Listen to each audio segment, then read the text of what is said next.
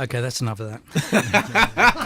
All right, terrific. You are going to play live later. Pete's going to do backing vocals. Nicky, drums. Is that right? I think you would be wiser not to have me involved in this. Is it true? Can Nicky sing? No comment. Now, you work together, all three of you, running a huge church with all the associated Alpha programmes and everything else that comes out of Holy Trinity Brompton. And we're talking about leadership this morning with the Leadership Conference coming up in May. Pete and Tim, I wanted you to spill the beans.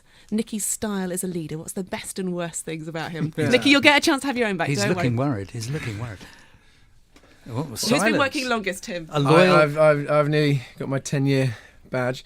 No, I think Nicky. Obviously, it's awkward with him sat right here. But should we send him out? There's no one else listening. Get off your knees, Tim. Come on, stand up like a man. In all seriousness, I've worked with lots and lots of leaders around the world, but Nicky, I think, is incredibly unique.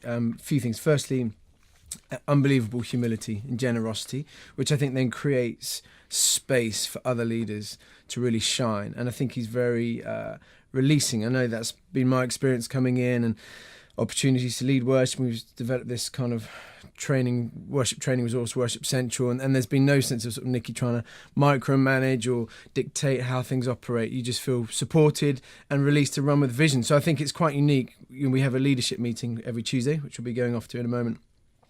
And sitting around the room are some of the most incredible leaders I've worked with, who Nicky somehow can hold together and encourage and release. And I think that takes humility, but also it takes someone who's very secure and releasing. And I think that team model of leadership's really inspired me. And I think that's one of the great gifts he brings to HTB. And a bit of a talent spotter, almost finding people who are gifted and letting them go. Go on, Pete, your chance. Well, you sort of meet different leaders and high-profile people, and my experience, sadly, is often they're very impressive when you first meet them. The longer you spend with them, the less impressive they can become.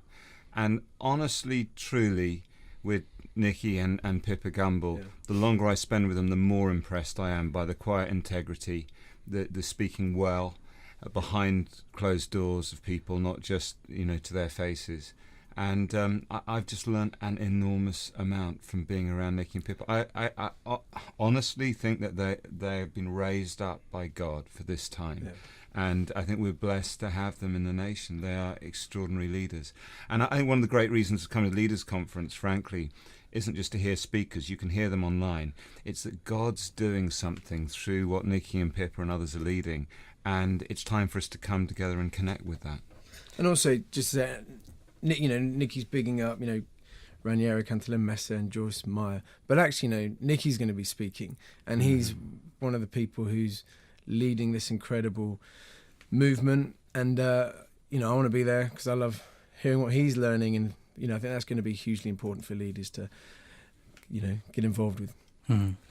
Nicky, time for staff appraisal of these two. Yeah, staff appraisal time. You can see why it's such fun working with this team, and we are just so blessed with the people on our team, and that's what I love about I've got the best job in the world, and I love working with these guys. We have an amazing team. We have such fun together.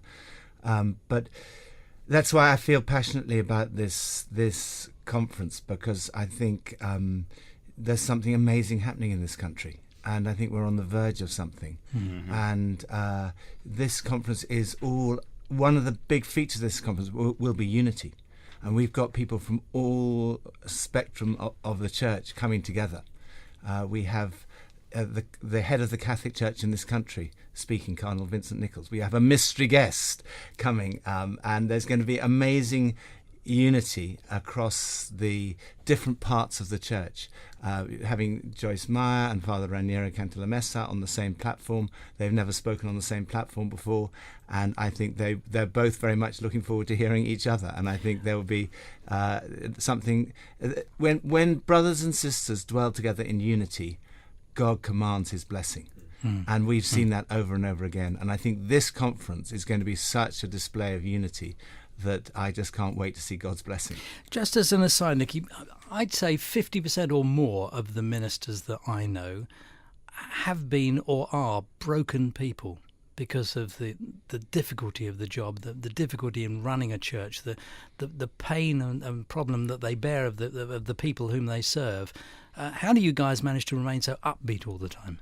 Well, I think that's one of the reasons that we do these kind of events, is because the way that we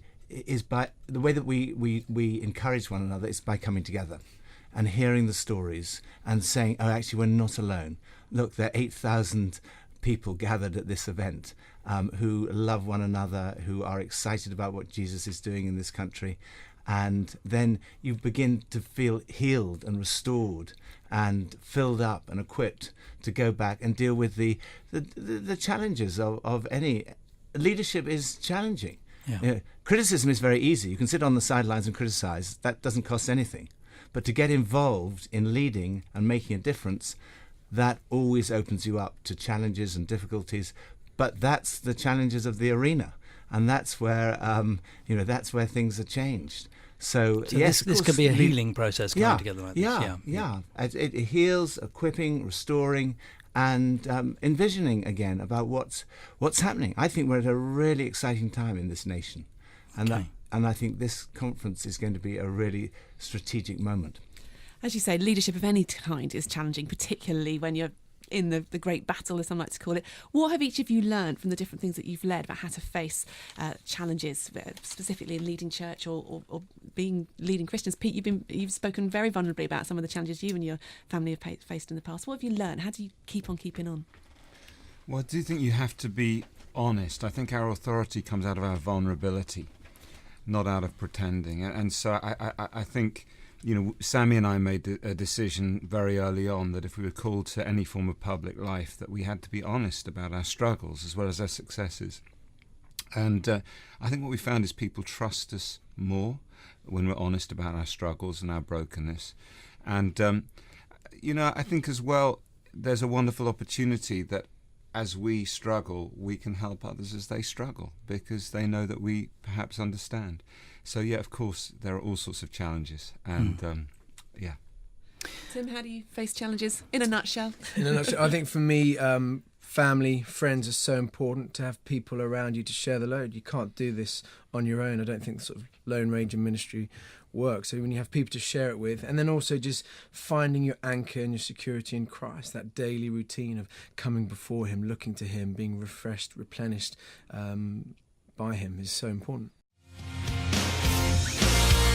Why not start your day with Inspirational Breakfast, Monday to Fridays from 7 a.m, only on Premier Christian Radio, where faith comes to life.